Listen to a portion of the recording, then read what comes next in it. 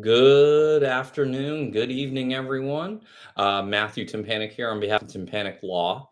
I am speaking to you tonight in a interesting situation. My Twitter account was hacked. My ex account. I was using it early this morning, and then a few hours later, I had been locked. I had been locked out of it. I don't know. It was a definitely interesting situation. Um, to say the least. But at the same time, um, I'm not going to get into conspiracies about who might have done it. Somebody did it. After I posted it, like that, it got hacked. A bunch of people like you should go to this person, go to this person. It was all the same thing. So part of me thought it was a phishing scam where somebody hacks my account, then gets me to pay them to figure out how to unhack it when it's just them. They are the ones who actually did it. So I'm not going to get into like conspiracies. We live in fact. That's what this channel is about. Even when it is suspect timing, that it's not my bank, not Facebook, not Instagram, my Twitter account that has been frequently talking about the Karen Reed case. It is what it is, but we're not going to spend too much time doing it. People still showed up, and hopefully everybody can get the word out there that I'm still here. I didn't disappear, and that we're still going to be doing the show. Might even be more frequent because if I don't have Twitter, I still have a lot to say during the day. So let's get into it. Today was definitely an interesting day. The First off, having Proctor's text messages brought in through his friend was just weird. It was weird, and he's like, I don't want to say these things. I don't agree with them." And um, he, though Hank Brennan, thankfully, is like, "Hey, do you want me to read them?" He's like, "Yeah, I prefer that because I don't agree what he's saying." And it was just so like it was only an hour, and it was just so minimal. The impact. People are like, "Why don't you just call him as a witness?" Like, don't like keep talking about him as the boogeyman. Why don't you call him as a witness? But they can't because then Alan Jackson would be in a position that he would have to um, do a direct examination, as you saw today. What he did when he called Kelly Dever to the stand. You're not allowed to call your own witness to simply to impeach him, and that's exactly what he was trying to do. He was treating his own witness as hostile. So the first witness, it was just weird and it didn't have any impact. We get into Kelly Dever and Alan Jackson being like, it's like you saw this, you saw the chief and Brian Higgins, and it's like it was incomplete, it was incorrect information, and it was information that she relied upon falsely. She didn't give false testimony. She was given bad information, and she couldn't have seen what she's seen because she was even at Canton PD when this happened. So it was kind of a ridiculous line of questioning. This case is so stupid. Yeah. Actually, fun fact: I'm actually scheduled to be on Prosecutor's podcast this Thursday, taping a segment. So that'll be pretty interesting talking about this case. We've been trying to plan it to do it for months, and it's finally the stars are aligning. If it were, I have a very busy schedule. They have a very busy schedule. Um, and it's yeah, I saw that quote as well from prosecutor's podcast. Like this case is so stupid, and it's like this case is about a Boston police officer who died, who was killed.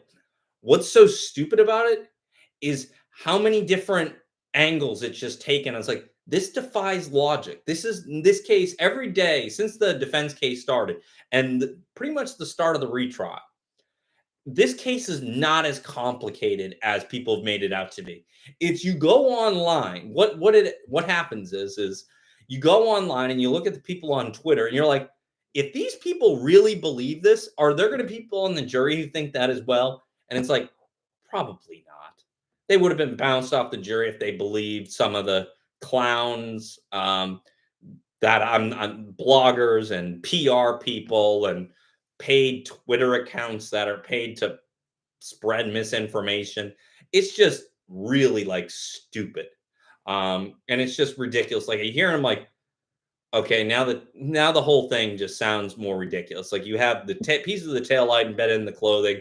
You have his DNA on the bumper. You have his hair on the tail light. You have the pieces of the tail light at the scene where it occurred near the body.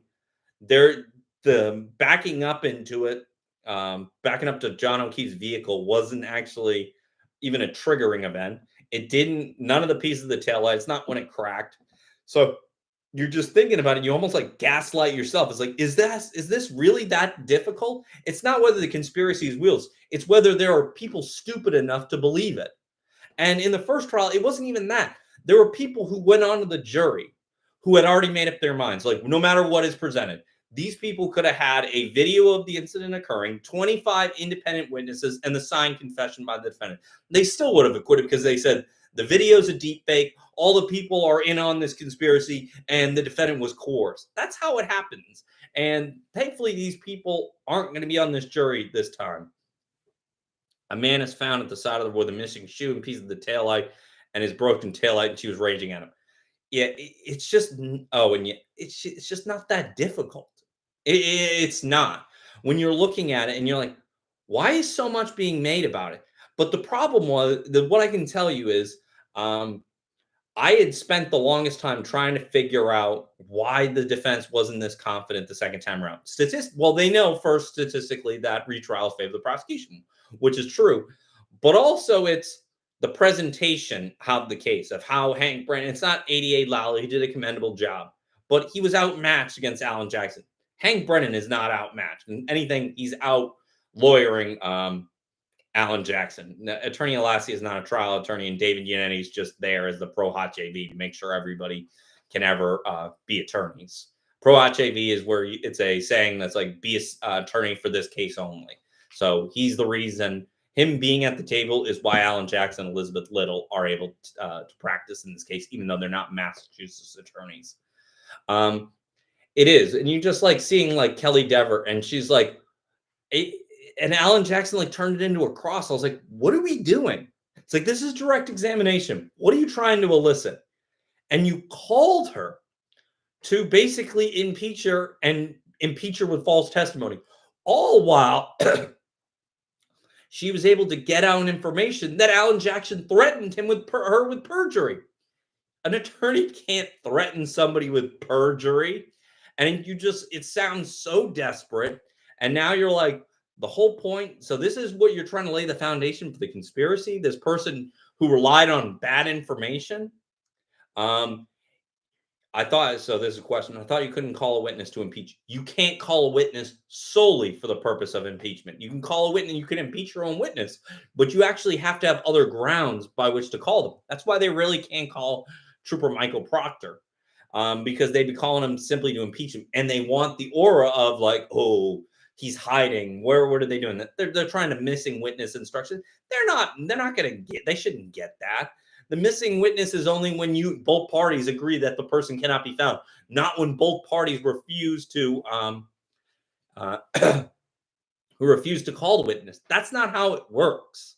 So requires, yeah. So it's like, what story requires the simplest scenario? One, somebody was drunk and hit their boyfriend, and all the physical, DNA, digital, every bit of evidence points in one direction, or this far-fetched conspiracy that has never existed anywhere.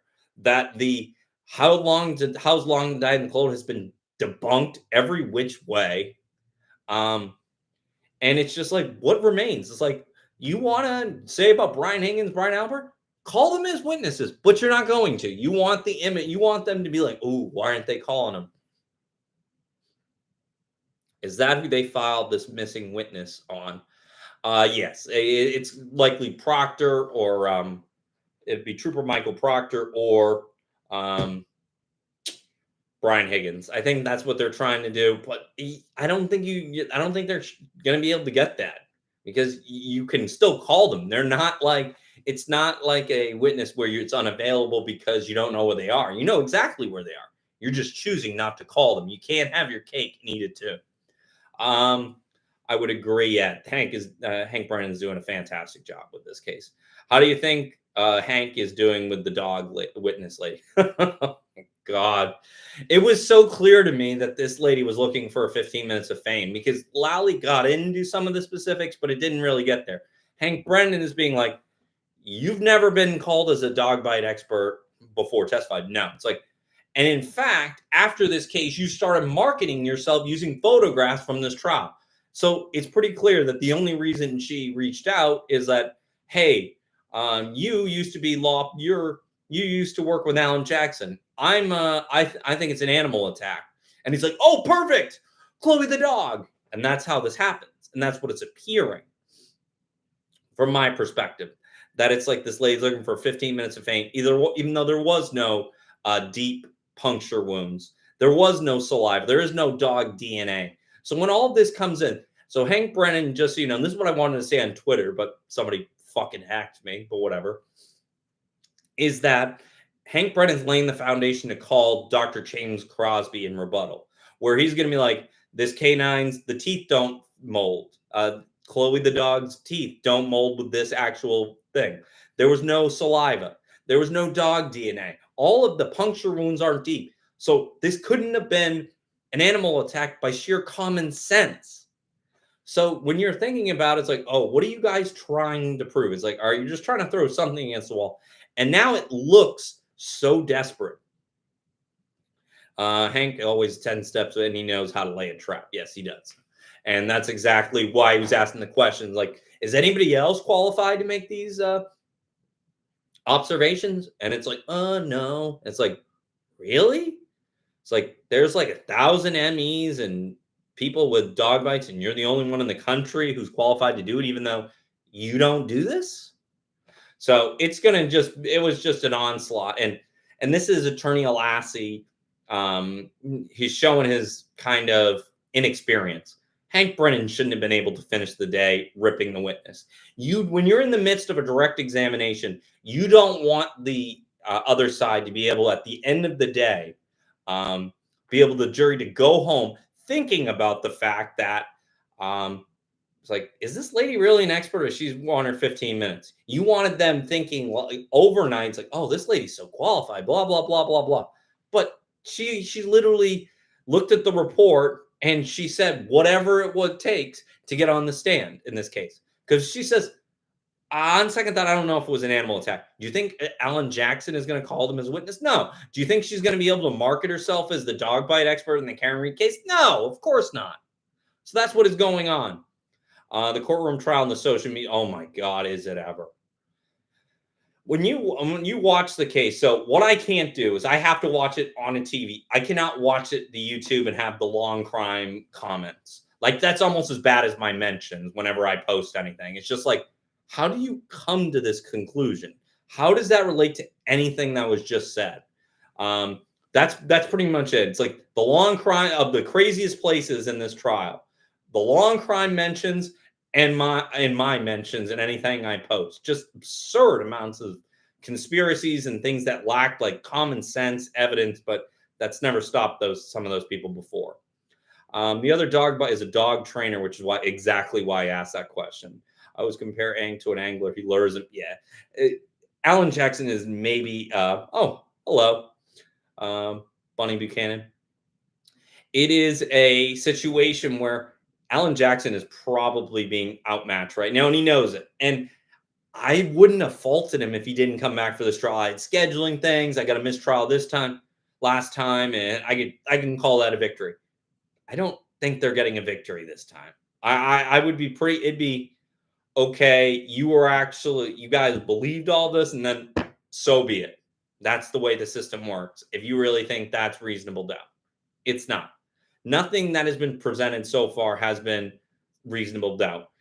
Maybe they're angling any way they can for a mistrial. Yeah, you've seen it a couple of times. They're trying to do that because their thinking being is the Commonwealth has spent a ton of money on this case prosecuting, and they think maybe if it's a mistrial again, the public opinion won't be with them to try her for a third time because they know they're not going to win. Their first trial was the only shot of them winning this case. And that's because they still had 9 people on the jury who wanted to convict for manslaughter. And if it weren't for the people who were obviously always for the defendant, they would have lost. And that's exactly the truth. And then they have her do the documentary where she basically confesses to everything and she narrates her own trial. Remember, the worst witness in any criminal case is yourself. That's why, unless you are in a self defense case where you need the jury to understand what was going through your head, you don't take the stand. You never give up your right to remain silent. I still have a sneaky feeling that there's a hung jury on the horizon. Um, It'd be the only thing I would see for a potential hung jury is murder and manslaughter. I don't think for I'm not convinced that the jury is going to convict for murder. The evidence is there. It's enough to sustain a conviction. But juries, they always do what they think is right. And that's something I've learned over many years. The evidence says this, and then they do that, and then they do something different, what they think is right. What they might think is, well, she was really drunk and she backed up into him. Maybe, I don't know, maybe it was an accident. Maybe she didn't do it on purpose. Maybe she didn't want to do it. Maybe she sped out or blah, blah, blah. And then jury's like, yeah, we can agree to that. Yeah, manslaughter sounds better because people think it's like, oh, okay, all right, they should convict her of murder. It's like, unless she takes the stand, um, I don't think they get murder. I'm not saying that the evidence is there to sustain it, but I just don't know if they're going to be there. No, you're right. It doesn't have to be on purpose. It's about intent. You have to do an intent to commit serious bodily injury. The backing up 24 miles an hour is the intent. Absolutely. There's enough to sustain it. But I don't know if a jury's gonna be like, she was too drunk, she's whacked out of her mind. They just got into a fight. Juries will come up with anything to make themselves feel better. So you don't know that I'm thinking she's going to get convicted of manslaughter. The case is not over, but I don't know if there'll be enough for murder. I think there's enough evidence to sustain a conviction. I just don't know if they're going to get it. But I think there's more than enough for manslaughter and leaving the scene of an accident. Um, what do you mean? She went forward, then backed up. As long as there's not there has to be a conviction. Yes, I would have to say that unless Arca like comes up with a great story that they didn't have in the first trial, I have a real hard time believing they're not going to get her for DUI manslaughter. I just, I just don't know how. It's like a mountain of overwhelming evidence, and it's like nothing was planted. You can't. That's what prevented the acquittal in the first trial. Is the microscopic pieces embedded in Officer O'Keefe's clothing? That's what happened. Other than that, they could have been like conspiracy, Sally Port videos, Michael Proctor, and they could have been like, well, that wasn't enough. Um, you didn't need intent for murder. You don't need intent to kill. All right, so let me discuss murder too, because there's definitely some um, kind of some confusion. In the Commonwealth of Massachusetts, to get murder one, you have to have an intent to kill. Very simply, premeditation, intent to kill. Murder two is different. It's what's called depraved heart murder. So all you need to do is intent to commit serious bodily injury or an intent that could lead to death. So backing up your vehicle at a high rate of speed with somebody could get hurt. That's depraved indifference, and they go backwards, hit their head, and die. That's murder too. So if they don't need intent to kill, they just need intent to commit serious bodily injury. Is there a way to fish out free Karen Reed in the jury? Probably too late, it unless they're doing something that would like they're trying to speak to somebody. It's like, oh, how do you believe Michael Proctor and this, that, and the other thing? You're doing great and getting a lot more views. Would you consider trying to come on? I'm going to try to do more of a regular basis. I'm still working on summer is going to have a little more open and availability in the summer. I try to do it because Mondays and Wednesdays because I pick up my daughter Tuesdays and Thursdays from daycare and my wife does Mondays and Wednesdays. So excuse me. So that's kind of like where the best works for both of us. I feel like the jury's confused why we're talking about dog bites. Yeah, they're like, it was from an animal attack. It's like, okay. And did the dog bite him? Well, if it was dog bites, like, but there are no puncture wounds. Wouldn't a dog bite have a puncture wounds? Remember, there was one of the things Hank Brennan was talking about is a police animal versus a domestic animal. A domestic animal is not trained in being able to subdue the individual without putting teeth marks into it. And I didn't think Chloe the dog was, and maybe it is, and whatever. But yes. So I just don't think that it's just going to play as well as they think. It feels desperate. It feels like, well, it can't hurt. Um, yeah, they fear your voice, Matt. That's kind of how I felt. I'm not in the conspiracy nonsense, but I'm just saying the timing is definitely suspect. It's like, why of all the things you hack my Twitter account, not my bank account, not my 401k, my Twitter account. But okay, and then it is what it is. Like, good for you, but I'll get it back in a few days when with Twitter, and because I've already reached out to them.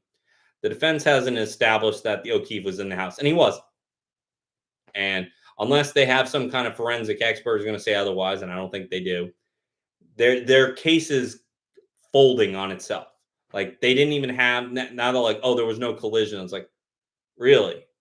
The digital and forensic data is not says otherwise. I can't wait for Archer because that's all everybody tells me in my mentions. Oh, just wait for Archer. I'm like, you were the same people who were telling me just wait till the feds get involved, and the feds never got involved. So I'm gonna take whatever you say with a grain of salt. Um, it was great, Brennan. Might need to get the carpet test. Oh my god. It's hard hitter and the most subtle. Oh yeah, he's knowing exactly how to. Sorry. Okay, good. One of my clients is supposed to check into rehab by 5:30 today, so she was. Otherwise, she's going to get an arrest warrant. So she was telling me she was there, which is huge. Um, Alan Jackson promising an opening statement said eyewitness putting John in the house. Yes, they did. He did promise that, and to this point, that hasn't happened. And why wouldn't you, if you have someone, an unimpeachable witness, you always put that person first. So when they had the guy last week who was, I'm reading on Long Prime, it said accident reconstruction now. So I was like, okay, is he going to do a reconstruction? No. Is he going to do digital forensic? No. Are you just critiquing what they say? It's like, they're wrong. How do you know? They just are. Um, Yes, I did hear there was a massive hacker attack over the weekend affecting Facebook, X, PayPal. Passwords were stolen. Not sure. It could be. It could be, but thankfully it should be dealt with in the next few days. So I'm probably going to do shows tonight, tomorrow, and Thursday, as opposed to Monday and Wednesday. I might see if I might do it a little late tomorrow after I get my daughter. I thought it was a nice moment when Hank said, "Oh, sorry, I didn't mean to get sharp with you." That was a good moment because it shows that uh, drawing the contrast between what Alan Jackson was, which was impeaching his own witness, and Hank Brennan showing the humility to realize, oh, I'm being a little rough around the edges on this one for this second. Um, And so what I can tell you is this. It's Matt, do you think it has any more evidence for rebuttal? Yes, they're going to call Dr. James Crosby, the dog bite expert, and he's going to say, no, this isn't dog bites, and here's why. And did you review the report? Yes, I did. It's like, what does that tell you? He's like, well, this kind of dog would have teeth. There would have DNA on this, and there wasn't any of that. How can you do an accident reconstruction, check another person's work without exactly? That was what was so ridiculous about the whole thing, is that it's like, all right, they're wrong, I'm right. Okay, why? Because I say so. It's like, no, no, did you do your own reconstruction? Did you do your own digital? Like, oh, my data, and it's like we're arguing about like 9 seconds. I was like, okay, the fact that they got this precise timing is nothing short of a miracle. Now you're trying to move the goalposts. Like, they're off by 9 seconds. And some of the streamers, reasonable doubt, case over with, directed verdict. And I think some guy literally commented on one of my posts and was like, hearsay, rebuttal, and just threw random words to combat what I was saying. And I was like, did you just use chat GPT to use legal words? And it is. It's just, this case is just ridiculous. Just post your comment, post on your community tab on YouTube also help. Huh. Okay. How does the dog come into play in the tight timeline? It doesn't. It is just a desperation. It's like, oh, it was from an animal attack. It's like, no, it wasn't. It's like there would be so many other things, and Hank Brennan's not even halfway through as an examination. Um, can't wait for you guys to team up with the prosecutors. It is like a situation like being able to talk with other people about it because I have turned down opportunities from other podcasts when I was like, I even turned down a big time show at a big time network because I was like, this individual has already made up their mind about the facts. I'm not going to say the individual's name, but you could probably figure it out. It would have been an evening show. So I turned down that opportunity and like semi kind of blackballed me for a moment until another anchor stepped in and kind of been like, no, no, no, I want this person on my show. So I'm going to leave it at that on that because I have appeared with people who are free Karen Reed people because we had a nice Lauren Conlon. She's doing P Diddy right now because I knew it would be a respectful back and forth. I know she disagrees with my what I think of the facts, but we were able to do it and do it in a respectful way, as opposed to other shows like other podcasts have been invited on where I'm like, no, you guys aren't respectful about people at all, and you're pro witness intimidation, and I'm not going to help you gaslight more people or just bring it on for some kind of bullshit session. Um, New merch run, Reasonable Doubt is playing chess. Uh, um, well, yeah, no, I'm gonna say, yeah, you're right, but I'm not gonna. I'll leave it at that about what the person was right about. Um, any chance AJ gets any heat for the threat of perjury?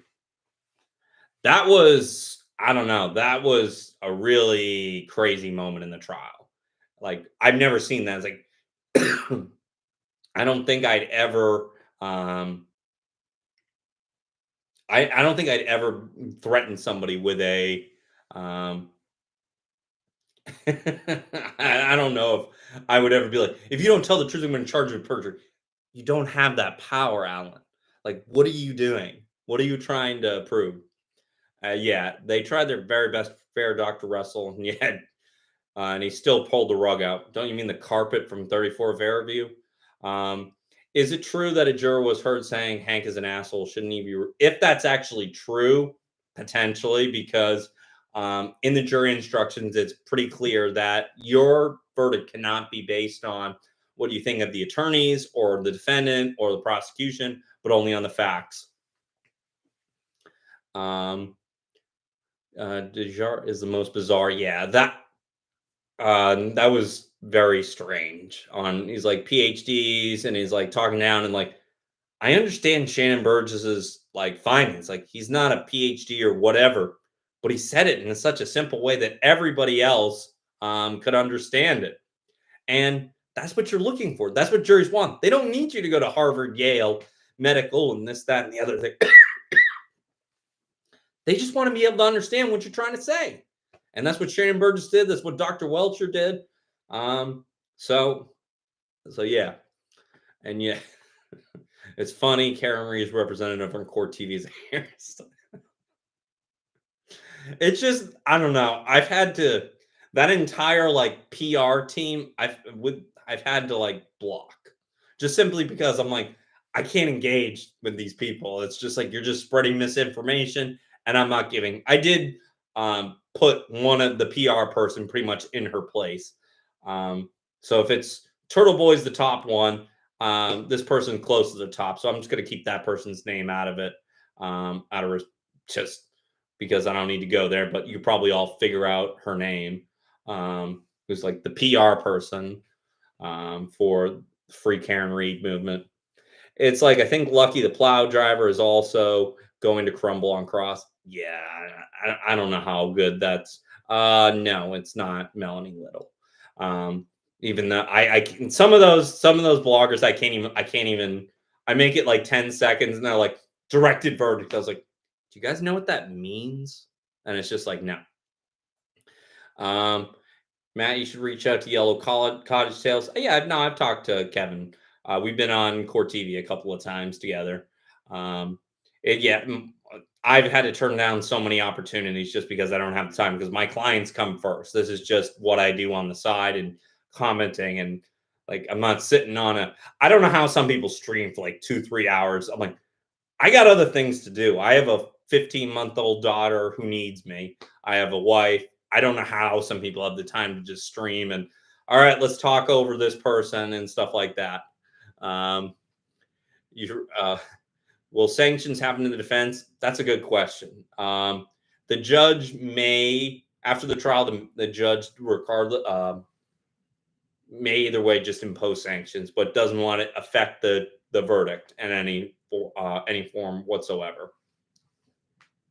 Thank you. Yeah, thank you. My Twitter, yeah.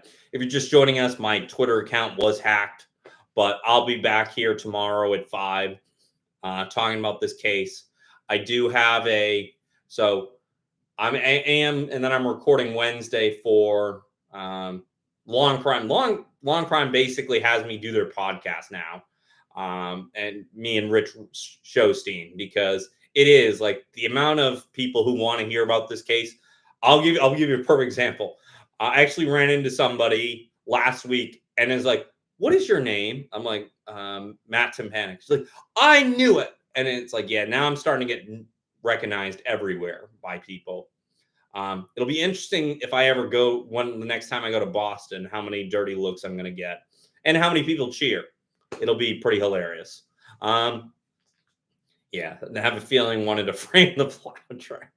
Well, when they were talking about the snowbank with Kelly Dever, I'm like, you're not going to seriously argue that he was hit by a plow. That's not your freaking backup plan, right? It's like, oh my God. Geez. Like, I know, like, when you are,